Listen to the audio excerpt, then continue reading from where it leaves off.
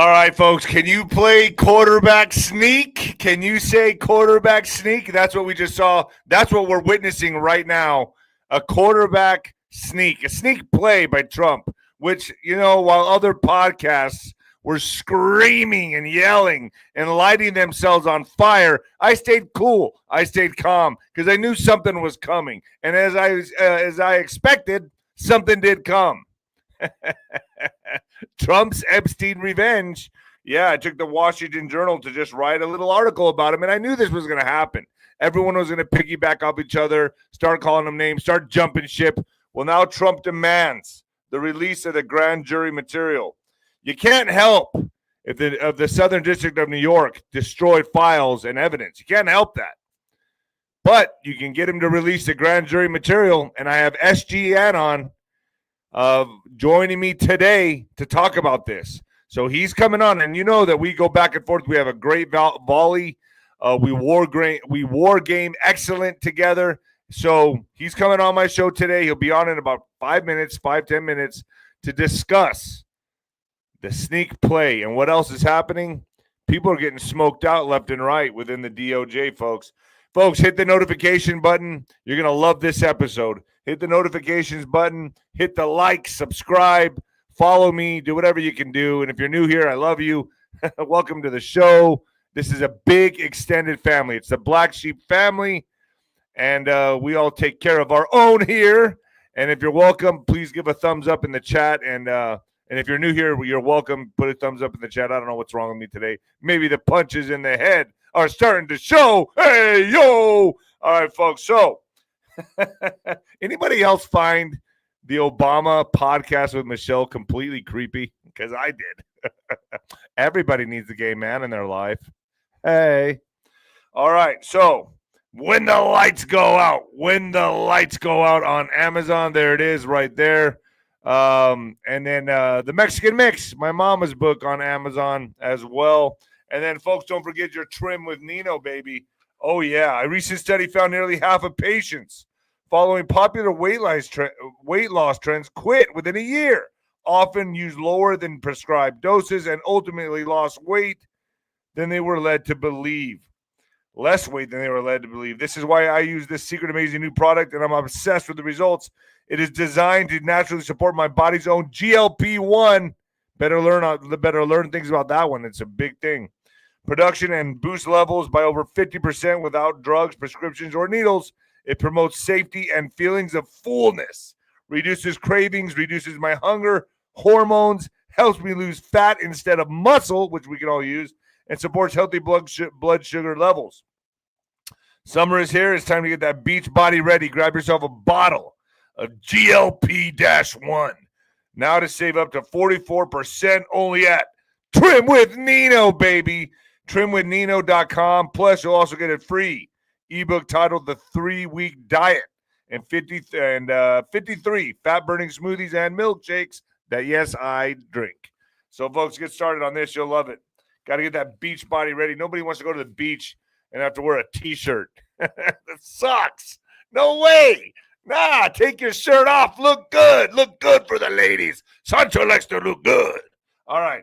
So, X is Nino. Nino Boxer is X. PatriotWear.com, folks. I got a lot of cool stuff there. Take a browser on the store. Tell me what you want to see. My Patriot Supply, as well as down there in the links. Get some food you can store on the shelves. When we hit this reset, you might need it for a few days, maybe a month. So get some food you could stock up on the shelf. How about XRP, huh? XRP is taking off like wildfire. I'm sure glad I bought some. I'm hearing this is just going to skyrocket in. Now that he's signed the Genius Act and the Clarity Bill or whatever it's called, boom, it's just skyrocketing. Folks, Ringside with Nino on ninoscorner.tv. Go to ninoscorner.tv, sign up. You'll be part of the family, the extended family. The next Ringside with Nino is the 31st, Thursday. And we all meet, we network, we talk, we discuss things. We make friends. Plus, we make friends. David has a lot of friends on there. So we make friends. We make so many friends. And we just talk. We discuss things. Also, I got 2 generals tent this month. I got Colonel Towner Watkins coming on the 24th of July. just around the corner. And 107, baby. He's coming on the 30th at 5 p.m. So I got 2 generals tent this month because there's going to be so much stuff breaking. It's going to be wild. Also, ninoscorner.tv. I have Christina Urso up right now talking about the plot to kidnap Governor Gretchen Whitmer. Remember that? Well, she's exposing it, and she's exposing it big time. That's on ninoscorner.tv. That's way too hot for YouTube. Also, folks, I'm going to have Lieutenant Douglas Deaton on talking about the Muslim takeover. And let's just say it like that. The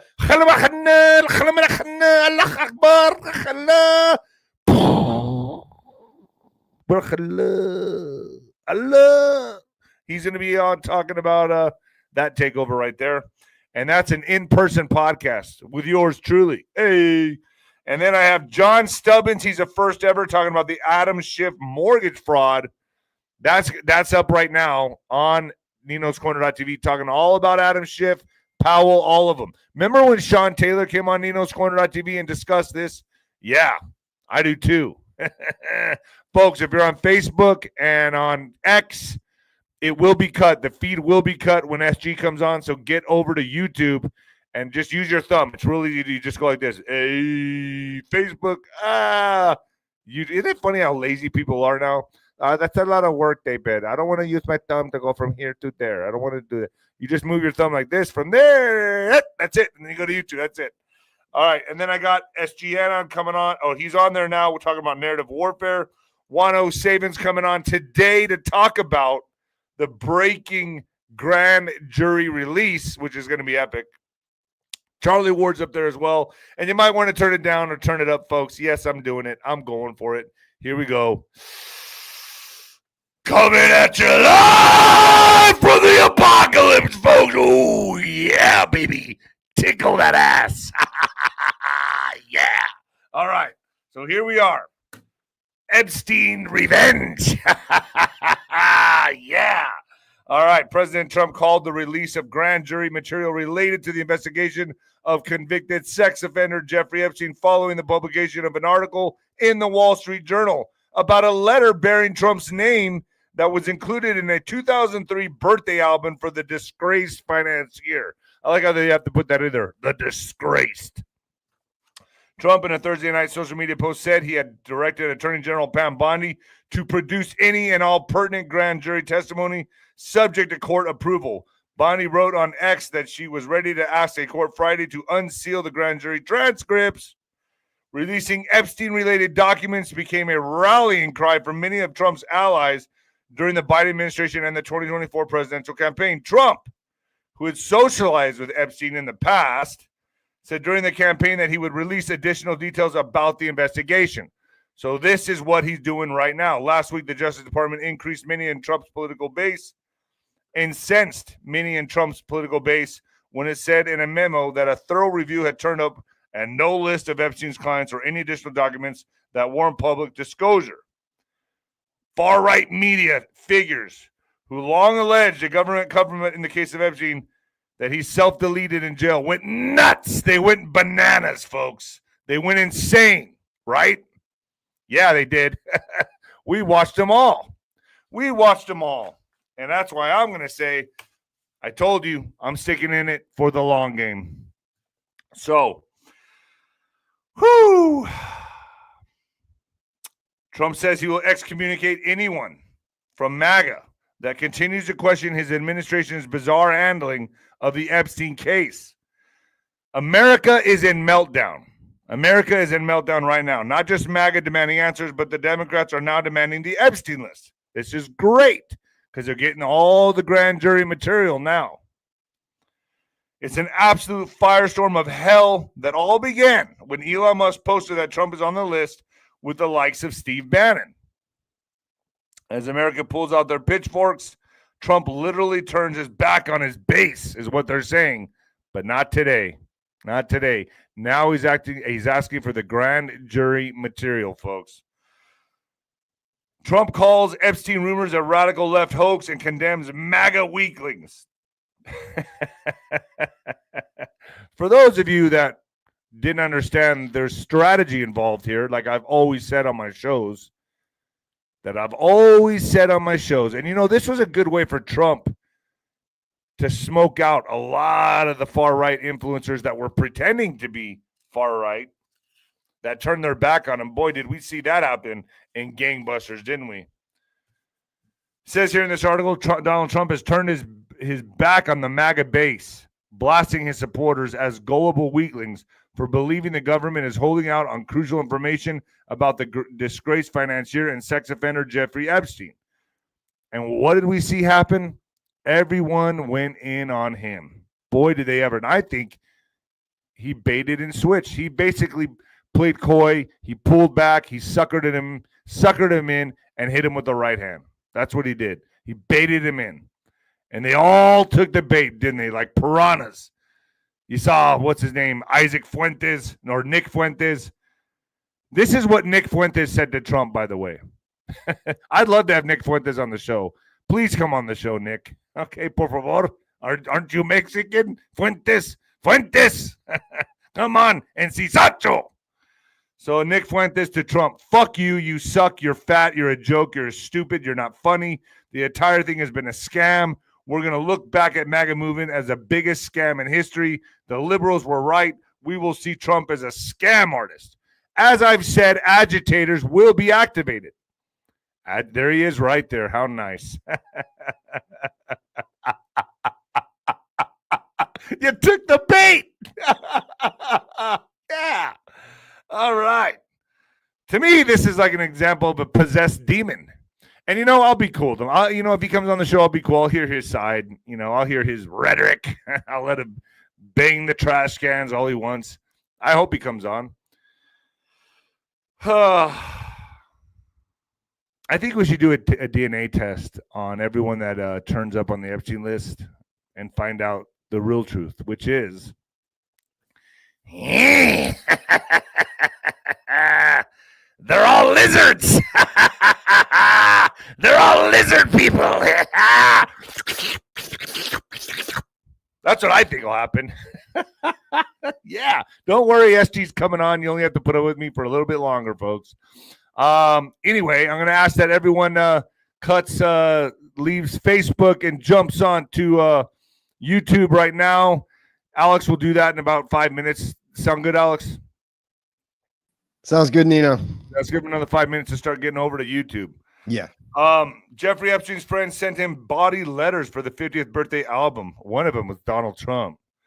So it was Jeffrey Epstein's 50th birthday, and Ghislaine Maxwell was preparing a special gift to mark the occasion.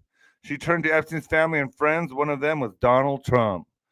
Maxwell collected letters from Trump and dozens of Epstein's other associates for a 2003 birthday album, according to documents reviewed by the Wall Street Journal. Pages from the leather-bound album.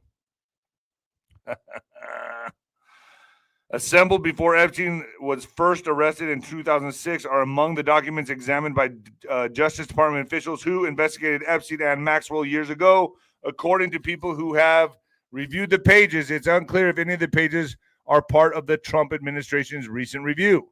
The president's past relationship with Epstein is at a sensitive moment.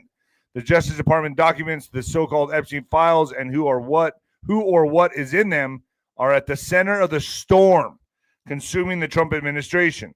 On Wednesday, after angry comments about the files are a hoax created by Democrats, President Trump lashed out at his own supporters for refusing to let the matter go. Yeah, I don't think that's going to work out very well. The letter bearing Trump's name, which was reviewed by the Journal, is body. I don't know what that means.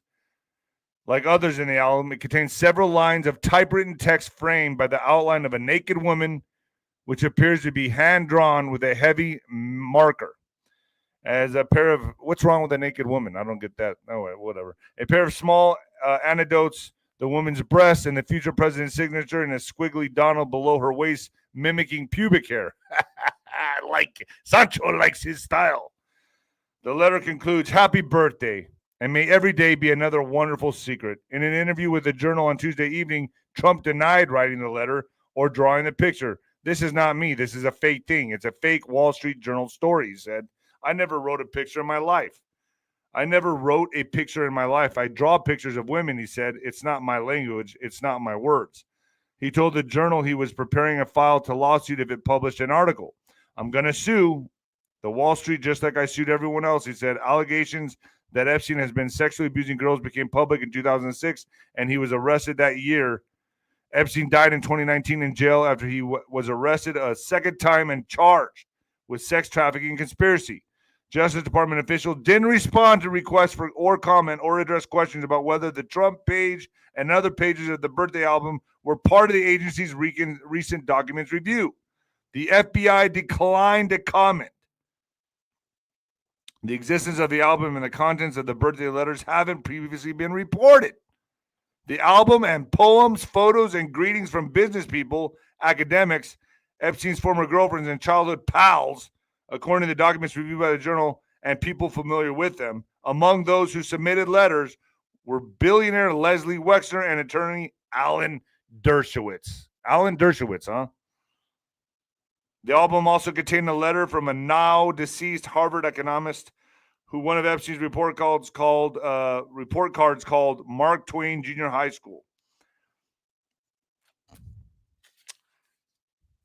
I call bullshit on this, folks. I don't know what you're seeing here, but I know what I'm looking at, and the truth is coming out. And, you know, I've said that I believe the Epstein list will be used as leverage behind the scenes. And isn't it coincidence that we now see Stephen Colbert? You know, I have a sneaking suspicion. I'm going to start using that word because Judge Brown used it. I got a sneaking suspicion. I have a suspicion that we're about to see more powerful people step down just like they did in 2020. Thousands of powerful CEOs stepped down in 2020 under the cover of what? When we were all sick and locked down, how many powerful CEOs were stepping down? Folks, you can't even count how many there were. There were thousands of people stepping down at that time if you were paying attention to what was going on behind the scenes. So could the Epstein list being used as leverage? I think it is. Remember the video with him and that kid, Colbert? Do you guys remember that, where he's tormenting that kid? That was probably one of the most disturbing videos I've ever seen of him tormenting that child in a video. And I know a lot of you have seen it. So CBS to cancel the Late Show with Stephen Colbert, citing financial decision. Yeah, sure. TV's ongoing problems with late night have come for Stephen Colbert, with CBS announcing Thursday that it plans to end his Late Show after the next TV season, citing a financial decision. Now, I'm just stating the obvious here. I think something's going on. Now, that's just an opinion. That's just my opinion.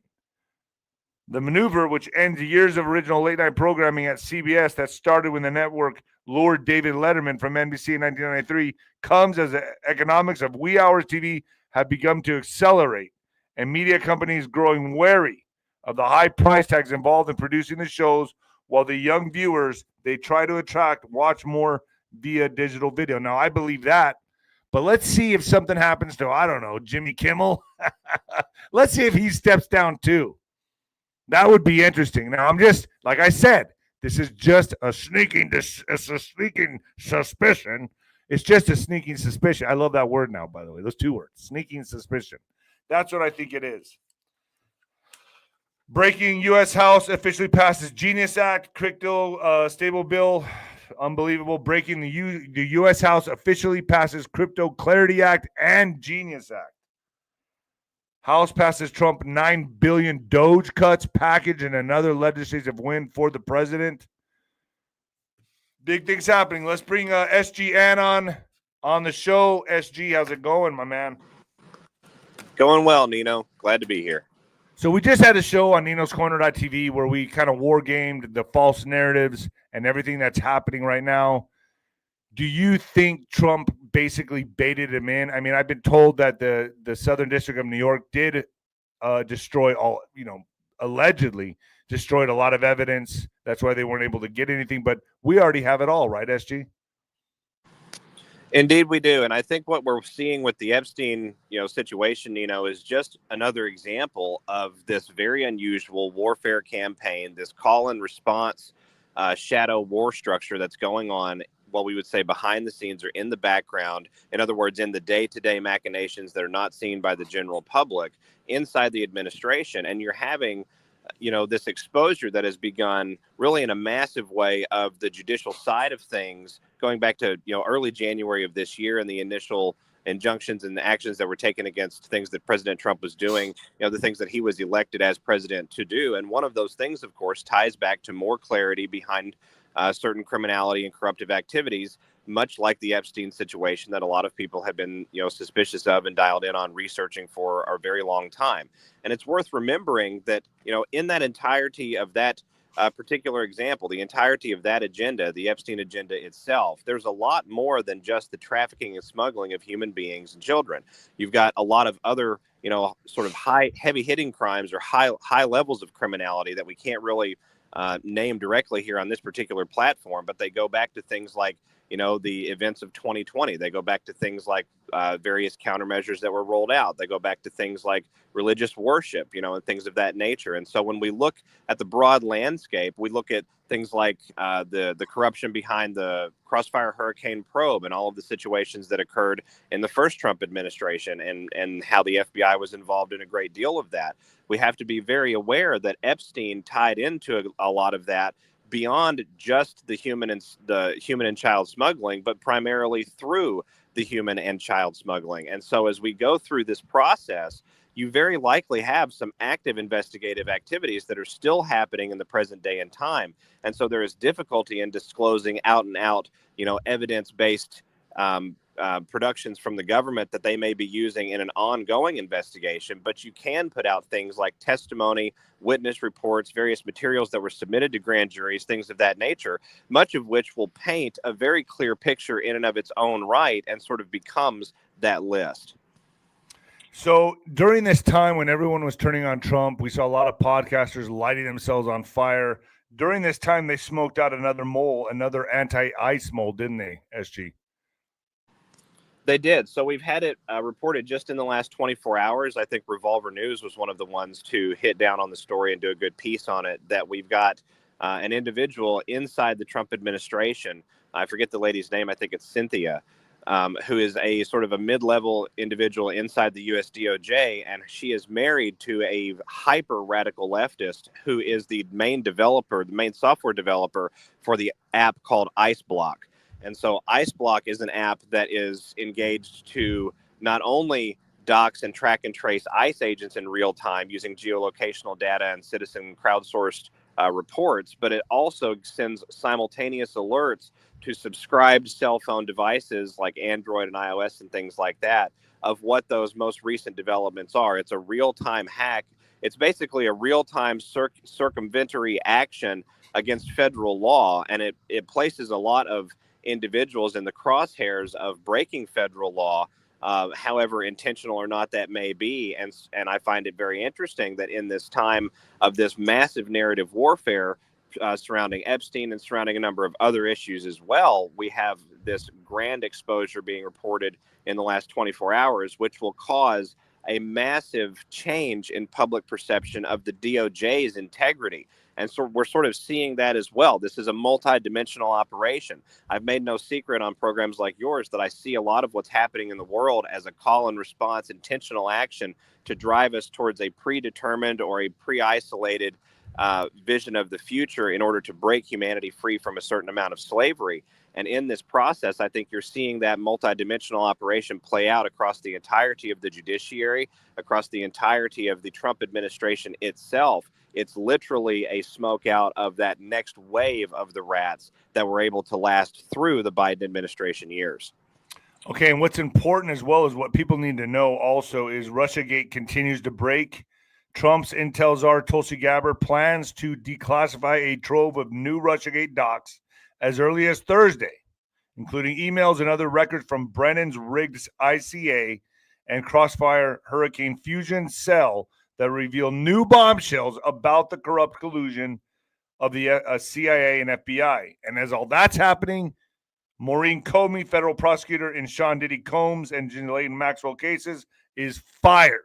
So the smoking out process is happening, and Russiagate is breaking. People need to understand this.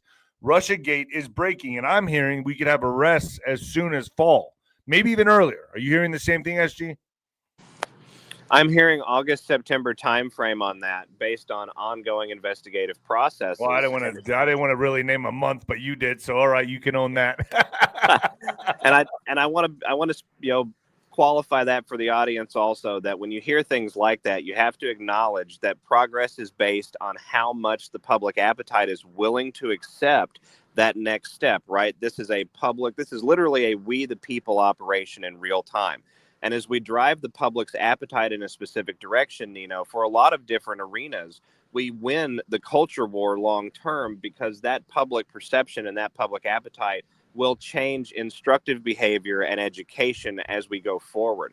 And so as we look at what's happening with Crossfire Hurricane and how that's going to boomerang back around, I think we can expect to see a lot of that go up to very high levels, including the Democrat National Convention of 2015, 2016. I don't think Mr. Seth R. is off the table with that particular discussion.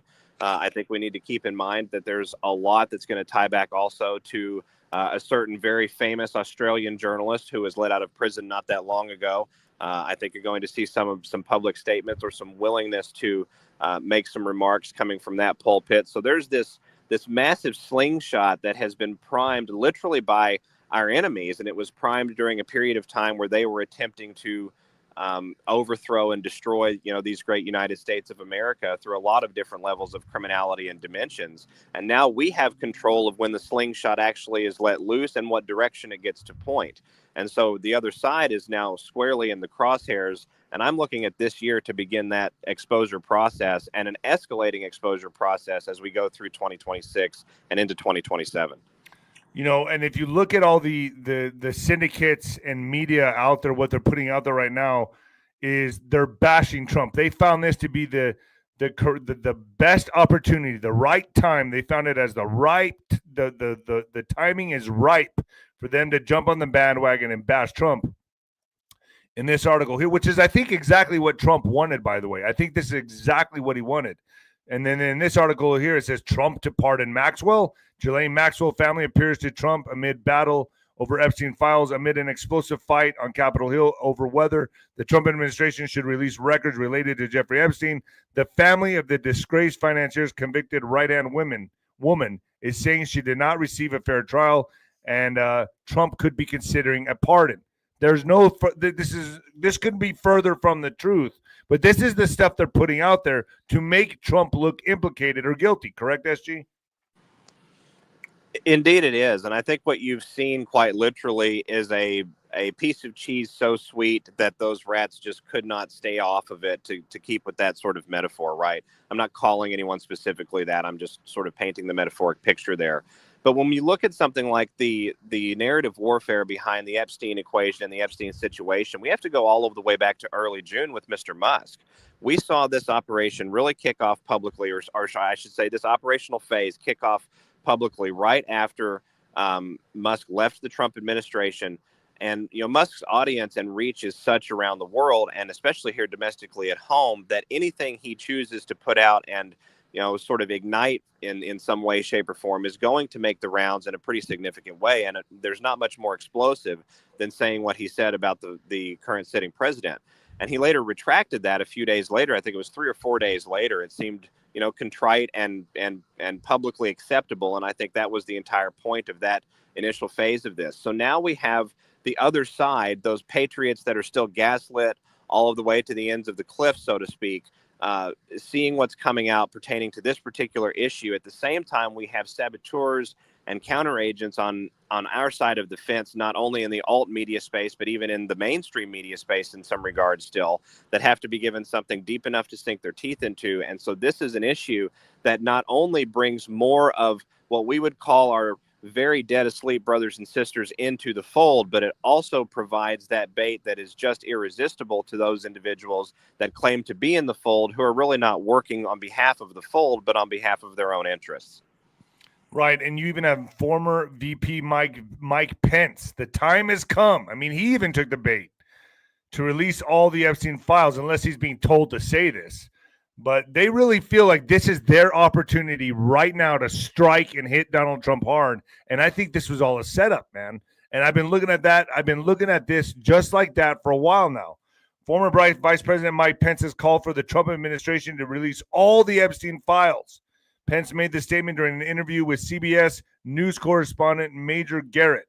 When he was asked his thoughts on the Trump administration's handling of the Epstein files, Pence stated, "I think the time has come for the administration to release all of the files regarding Jeffrey Epstein investigation and prosecution. They really believe that Trump is implicated and guilty, and I believe they took the bait." And even Dan Bongino, Epstein files uproar put spotlight on Dan Bongino. Public uproar and internal fighting in the Trump administration over the handling of the documents related to disgraced financier Jeffrey Epstein has put a spotlight on FBI Deputy Director Dan Bongino and his importance to members of President Trump's base. Bongino has been at the center of the debate over the Epstein files after the Justice Department essentially closed the case in a joint memo with the FBI. The FBI director has clashed with Attorney General Pam Bondi over the issue and reportedly weighing resigning. How much of this is theater, SG? I think you've got a great deal of it as theatrics, and how much of it is genuine and organic versus how much of it is pre-planned and intentional. I think that's forever going to be a speculation, not one that I would feel comfortable corroborating from where I'm sitting. But fundamentally, some of it is pre-planned and pre-intentional. And as you look at what happened with Bondi in the entirety of this maelstrom, we saw a very significant individual tying back to the Comey family removed from their post essentially, and virtually no public outcry or displeasure has been expressed about that because no serious amount of attention has been on that. And so as we look at what's happening right now, we have to keep in mind that Epstein's money, Epstein's activities, Epstein's blackmail goes all of the way back to the mid-1990s here in the United States. A great deal of that ties into the Clinton camp. A great deal of that between those two entities, controlled a huge amount of Washington, D.C. for a number of decades, really. I guess 2.5 decades in its current iteration, going up to about 2016, 2017. And so this unseating process and this exposure process with this particular issue is not only going to be massive, but it has an overarching effect of needing the public's of acquiring the public's attention, so that other areas and other arenas can be dealt with in the process with relative grace and ease. And the quicker that we can move through things like firing individuals like Comey or handling problematic agents inside agency that are destroying evidence and being caught on camera falsifying records and things of that nature, the faster that we can focus our efforts on doing that, the quicker that this entire process turns out real truth and transparency for the American people. So let me ask you what you think Elon Musk's role is here, because he sure was chummy with Trump. And then now all of a sudden he's become Trump's nemesis. Elon Musk asked Grok who went to Epstein Island and when. So he asked Grok, the artificial intelligence, this. There was a leak of cell phone tracking data on that island. Can you correlate that with the individuals who visited that island? Assess the probability of those who flew on Epstein's plane, despite having planes of their own, did so purely to save gas. Flight logs show Bill Clinton visited Little St. James 12 plus times in 95 to 2003. Prince Andrew multiple times. Alan Dershowitz, Kevin Spacey, Chris Tucker. Trump flew on the plane 7 times, but not to island costs. So it looks like Elon is really going full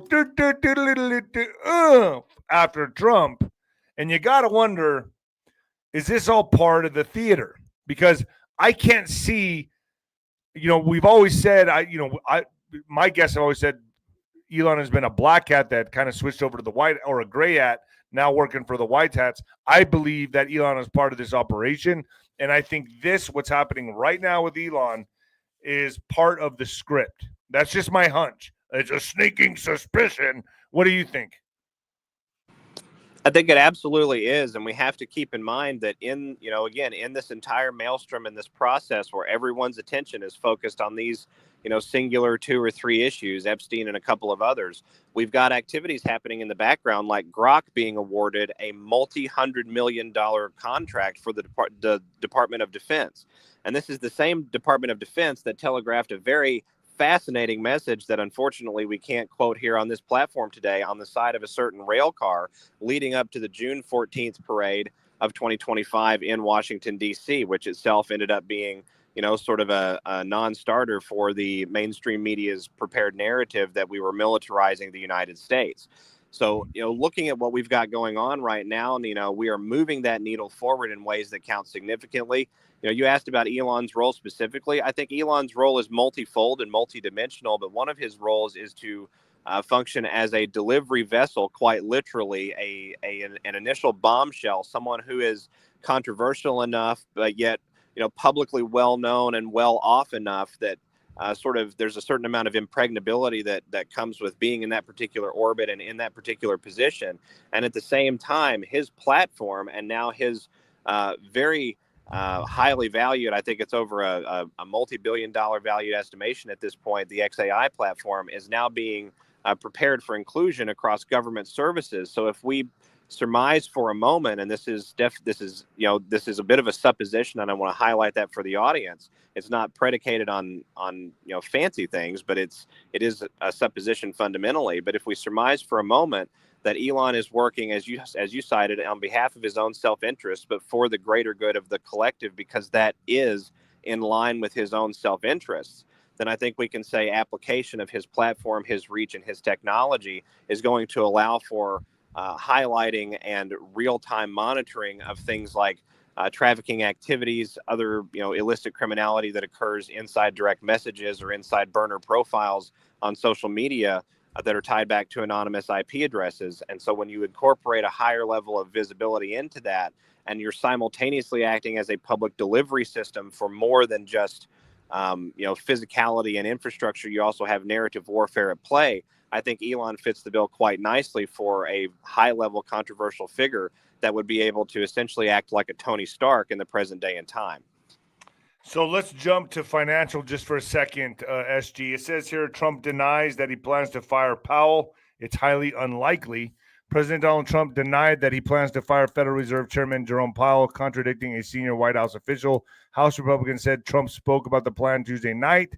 Trump added that firing Powell was highly unlikely. So a lot of people are like, he's reneging on that. He's turning his back on MAGA. He's not going to, blah, blah, blah, blah, blah, blah. But hold on, folks. 1 second. Big but here. Jerome Powell criminally referred for alleged perjury about $2.5 billion building renovation, mortgage fraud. All of them are falling into this stuff. On Thursday, chairman of the board of Fannie Mae and Freddie Mac, Bill Plute, said federal chair Jerome Powell may be criminally referred to the Justice Department for alleged perjury about the $2.5 billion building renovation plan. So I kind of see this as Trump being like, I don't need to fire him because all these allegations are hitting these guys now, so they're doing the dirty work for Trump. Brilliant operation, wouldn't you say, SG? It absolutely is. And then this is setting up, again, another example of preparing the narrative for a major shift and a major change in how we conduct government and how we conduct business here at the level of government in the United States of America. It's not enshrined in the Federal Reserve Act that the president can fire the chairman, except for cases of, I think it's like wanton corruption or something like that. It's some sort of overarching broad language there. But fundamentally, it's never been done before. And as we look at the history of the Federal Reserve relative to the history of executive administrations going back to as early as the 1920s, what you see is a great deal of overlap of interest inside both of those pulpits, and the interest comes from both sides of the coin. And so that's how we end up with the R versus D situation that we now have created in behind the Beltway today. But we have to acknowledge that situation has to change. That entire dynamic has to be fundamentally altered at the political level, at the nation state level here in the United States, or we can't say that we're truly liberating the constitutional republic. So what are we now doing? We're now setting it up to destroy the credibility of the Federal Reserve Chairman in the minds and hearts of the American people, at the same time painting that individual as, sort of a bureaucratic criminal, a white-collar criminal style, type, and I think we're seeing that prepared. And I think you're also going to see a very interesting legislative battle come into place with the People's House and the Senate with respect to what can actually be done about the Federal Reserve, because I don't believe that the U.S. DOJ actually has the ability to prosecute some of these criminal actions that this referral has now been sent over to. And I'm not a legal scholar. I would have to go and research that a little bit more, but I've not seen any of that in my readings, to this present day in time. So looking at what's happening, Nino, this is very much a situation, in my opinion, of preparing the American people and also the physical levers of government for a significant change in how they operate. Perhaps we see codification come of this from the Congress, repealing the Federal Reserve Act. Perhaps we see an augmentation added to the Federal Reserve Act, placing the entirety of the Fed's activities underneath we the people oversight and purview. Perhaps we see inclusion of presidential authority in something like that. These are speculative sort of opinions on my part, but I could see it playing out in a very interesting and fascinating way. And President Trump is the perfect individual to go up against a supposedly untouchable pulpit here on the domestic territory of the United States. Someone just put in the comments. I just happened to watch it go by. They said Donald Trump is the devil, my loves. Okay, so the devil just ended the fentanyl. President Donald J. Trump officially signs the HALT Fentanyl Act into law, permanently classifying fentanyl-related substances as a Schedule I drug under the Controlled Substances Act. This bill will save lives.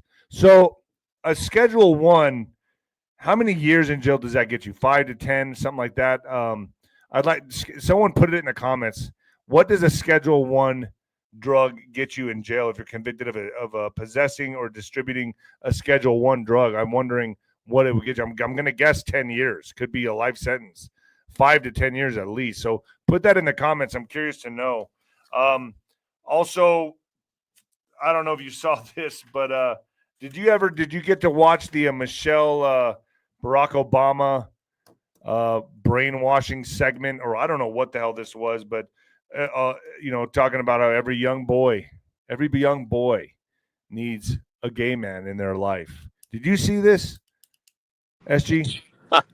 I saw that quote from it. I've not seen the full length of the podcast. I heard the entire thing was relatively cringeworthy, but I'm not surprised to see that sort of ridiculousness coming from it, Nino. I mean, tell us who you are without telling us. I mean, that's basic. I'm trying to figure that. That's still in me. I'm still putting that on the back burner. Are they part of it? Have they now been taken in and are they exposing themselves on purpose? I can't understand this. It was cringeworthy to watch, but the only thing I can think of is that they're letting people know who they are. Is that part of this whole thing? What do you think, SG? Well, I want to preface my answer to the question by referring the audience for context here to go and look at the short clip of footage. You can find it probably on various X accounts out there, or perhaps some Telegram channels, of President Obama at the George H.W. Bush funeral. Be careful here. I know when he called her. Yeah. Be careful with YouTube on that one. Exactly, and so you know where I'm going with that. Yeah. And the head movement says it all in that particular clip. And so as we look at what's happening now, I think we can say from a researching side and from an anon side that it looks very much like we've got some controlled exposure happening here. And when I say controlled exposure, I'm sort of using that in a lot of different usages and terminologies, right? We've got a certain amount of physical control exerted by what I would surmise as an operation happening in the background. And I think you've got a submission agreement in the works right now, quite literally. At the same time, you've also got narrative control that has to play into that. What's the time where the exposure is going to be best received? When and how far has the public come along, and when is the right moment to take that exposure to the next level? We saw just a few weeks back, maybe it's been a couple of months ago now, Michelle Obama come out on a podcast. I forget who the podcast was with. It was an African-American gentleman. And she made the comment, being a father of someone who's transgender, that means a lot to me as a black man. And so as we look at what's happening now, right. And so as we look at what's happening now with the clip that you referenced a moment ago from this most recent podcast, some of the content from former President Obama during his presidency at various speeches and diplomatic and dignitary events, where he actually had a little bit of a slip up, and those speeches, of course, only mini slip up. one time, right? Exactly. And so, looking at the present day and time, I think that you're seeing an escalation in the public's willingness to accept something outside of what they've always understood to be true, right? We look back at major events like September 11th in our history. We look back at things like, President Kennedy. We look at things like World War II, and we're learning a great deal about new dynamics and a lot of new dimensions that play into a lot of those things that completely change how we understand our history and our context, certainly change how we feel towards our government, towards our institutions, towards organizations and individuals.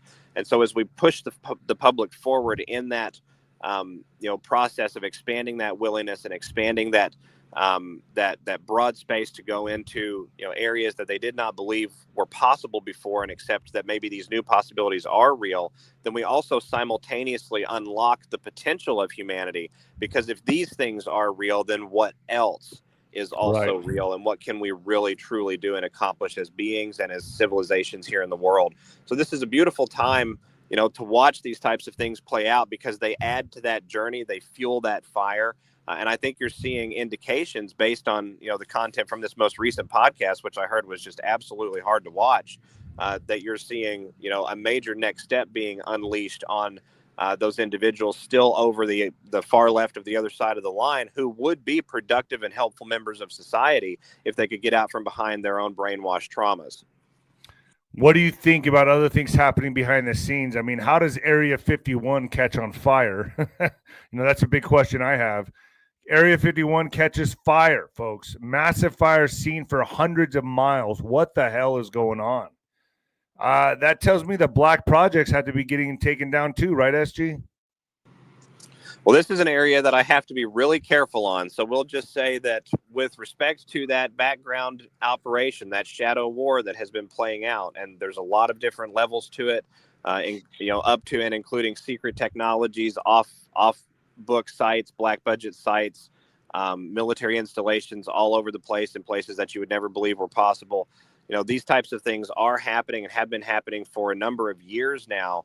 And I think you're now seeing the publicly visible evidence. And we've been watching a lot of that over time, but really in a bigger way now with this current Trump administration, we're seeing more publicly visible evidence that surface level infrastructure of arenas that have typically been antagonistic and at enmity with humanity, at war with humanity, they themselves are at prosecuting a war of some kind that they appear to be losing.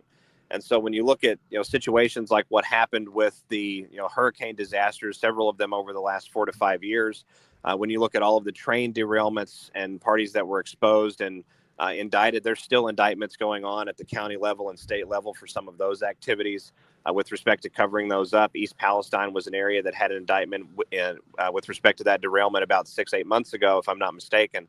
If you look at those arenas that are playing out, this really is evidence that what's happening in the background and what's happening in the foreground not only are different, but they are eventually going to have to converge towards a beneficial point that will unlock humanity's future in a really powerful way. Someone in here says animals are acting strange in the Yellowstone Park, I think is what they said. Damn, that's crazy. Animals always can see it first, folks. We're going to take super chat questions right now. Let's get those super chat questions in. Alex, go ahead and start throwing them up, my man. All right, Vanessa Sanchez. Hi, do you think that maybe the floodwaters could contain some type of germ warfare? Anything's possible at this point. What do you think, SG? Be careful on this one, SG. I was going to say I'll have to answer this relatively vaguely because of the platform. But, when you look at certain aerosols, for example, and then you look at the groundwater and you begin to draw some conclusions based on the biological activity of people in the communities and, animals in the communities and woodland animals and things like that in the days and weeks that follow. I think the question is based on a serious plausibility. Also a bunch of cats. I see people saying that it's a hoax at Yellowstone. Maybe it is. I don't know. I just now saw it on the chat, but also allegedly, I don't know. I didn't look into this at all, so maybe somebody else did, but a bunch of cats are like leaving certain areas in Georgia and Florida and going to Miami. Maybe they heard the drugs are good. I don't know. All right, next, Lou J. Thank you so much, Lou J. Kelly Panetsky, super sticker. Thank you so much, Kelly. Robert Kennedy, man, you still coming on my shows, huh? You're in the chat a lot, Robert Kennedy. Watch, it's really him. He's a fan. We're ascending, my friend. Thank you. I know we are. Mark Vane, thank you so much, Mark. Wow, big contribution there. This is getting super exciting. I'm convinced that we are in for total reset, and Trump and the White Hats are trying to soften the blow. It has to get bad in order to implement the new system. Let's fucking go. Nino's Corner.tv is fired. Thank you so much. Thanks, Mark. Donald Strickland, just to say thank you for bringing all the perspectives. I try my best, man. Thank you so much, Donald. Mark Vane again, big one again. Thank you, Mark Vane. The absent list is all doctored and altered by the DS. This is why they are pushing so hard for it. It is not time for the list yet. Mark my words, it will circle back. Well, look, the boomerang. God bless you and your family, champ, Alex and Mods. Thank you. Well, I mean, the grand jury material being released is a big move. Don't you think so, OSG? It absolutely is. And you have to remember that for a grand jury to proceed with, criminal indictments of a serious nature like that, Nino, there has to be a pretty copious amount of evidence that makes a lot of logical sense from the vantage point of just the average onlooker in order for that, to move forward, right? Grand juries are supposed to be drawn from the relative municipalities and communities that the charges are being brought in. And so many times you're talking about intersecting with at least one or two, relatively ordinary men and women, right, that have to be a part of those procedures. And so those documents and those transcripts and those testimonies and the evidence that are presented in those types of meetings and initial impanelings oftentimes are just as damning, if not more so, than actual submitted things like ledgers and Excel spreadsheets and databases. All right, next question. Kathleen Splittoser. Trump is a genius. I love his strength and plan. All right, thank you, Kathleen. Preston Jones, thanks, Nino SG. Have a great weekend. You too, Preston. At least 777. People are running around with their heads on fire. Mine, however, is not, because I come here for truth and insight. Thank you. Happy belated 5.5 years, 8 years in Florida jail on pill in car. One pill in car. 8 okay. So you answered two things here. Happy belated 5.5 years, 5.5 years, 8 years in Florida jail, one pill in a car. So one fentanyl pill in a car gets you 8 years in jail. Holy cow. Man. Boy, am I, there's multiple reasons I'm glad I'm clean now, folks, because my friends, I never carried drugs and stuff, but I had a lot of friends doing that, and I'd be in the car with them and stuff, man, and you don't think about that stuff. Can you imagine getting pulled over and it's your friend's shit and you're going to jail for, oh, my Lord, that's scary. Wow. Boy, am I glad. That's another reason I'm glad I'm sober now, folks, right there. Because I was crazy. One time I threw a cop into the windshield. I'm crazy. Oh, will Bono ever be implicated in anything criminal? You know what's really crazy? Let me just say this. When I was talking to a friend on the phone the other day, and he was talking to another friend, was like all three of us are on call, and he was telling a story. He's like, dude, you want to hear the craziest story you'll ever hear in your life? And the craziest story he ever heard in his life was about me. And you lived a really crazy life when the craziest story this guy's ever told about anybody in their life is about you, and you don't even remember it. That's my life. Will Bono ever be implicated in anything criminal? I don't know. Who knows? I sat next to that guy in church. Our knees were touching. I was at the St. Patrick's Church here in El Paso. I sat right next to the guy. All right, next question. So Finkel is Einhorn, and I know. Oh, righty. Oh, my God, that's good. So Finkel is Einhorn, and Einhorn is Finkel. And then the music comes on. What was the music, Alex? You remember the music of that?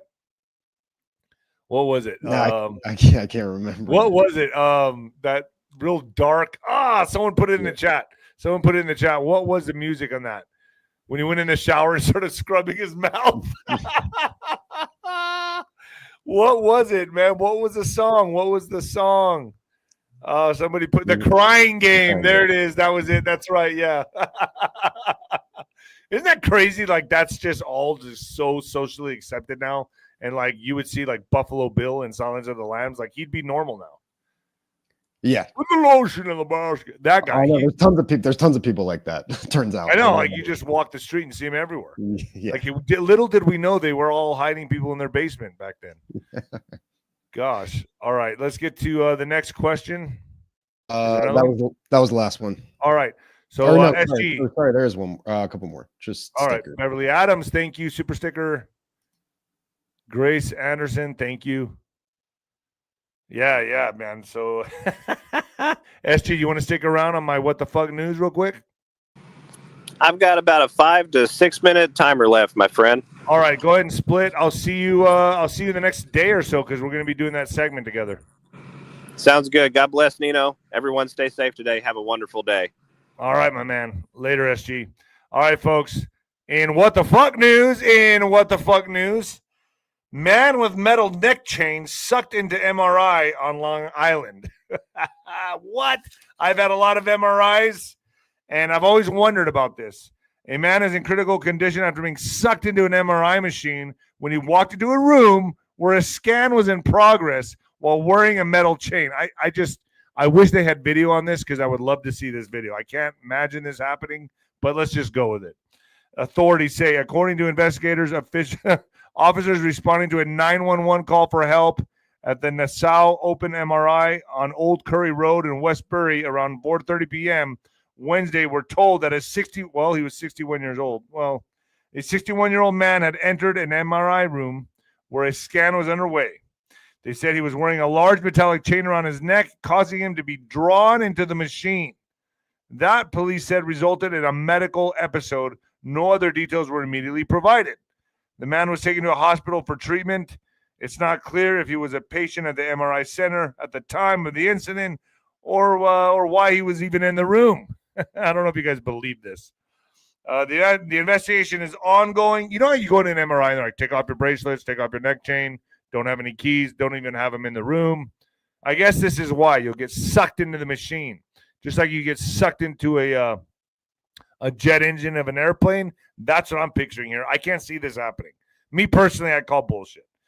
The investigation is ongoing. MRI machines use intensely powerful magnets that can draw in metal objects, making it unsafe to bring metal of any kind near the machine. The magnetic field is always on, and even small objects can turn into projectiles. Projectiles? Injuries can range from minor burns and cuts to severe wounds. No details were released of the nature of the injuries to the man on Wednesday's incident. So if it can do that, I mean, how safe really are these things that are examining our body or x-raying our body? I don't know. That's scary, and I've had a lot of these. I don't know, folks. I have metal in my hand. And not one. I had metal in my back, and not once, and I've been in MRIs since then, and not once did I get sucked into the machine. So what about if you have metal in your body? Because I do. I have a lot of metal in my body. It's probably titanium, which is not. Oh, that's what it is. Hey, yeah. Yo. So what? So then what? You know, it doesn't go. I've always wondered that it doesn't go off in airports either. I'm like, oh, this is kind of weird. Yeah. I guess it's like not. I don't know. It's not magnetized, I don't think, and doesn't show up the same way. I don't know. Well, I don't know. I had fun today, didn't you?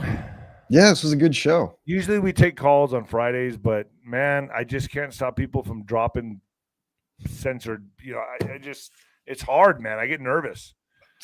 And nobody ever challenges me. Everyone just comes on and just like, I would like someone to really kick me in the balls hard. That's what I'm looking for.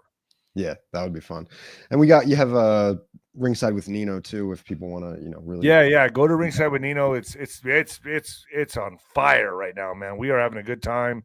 Everyone's networking with each other. If you're lonely, come join us. Join Mr. David.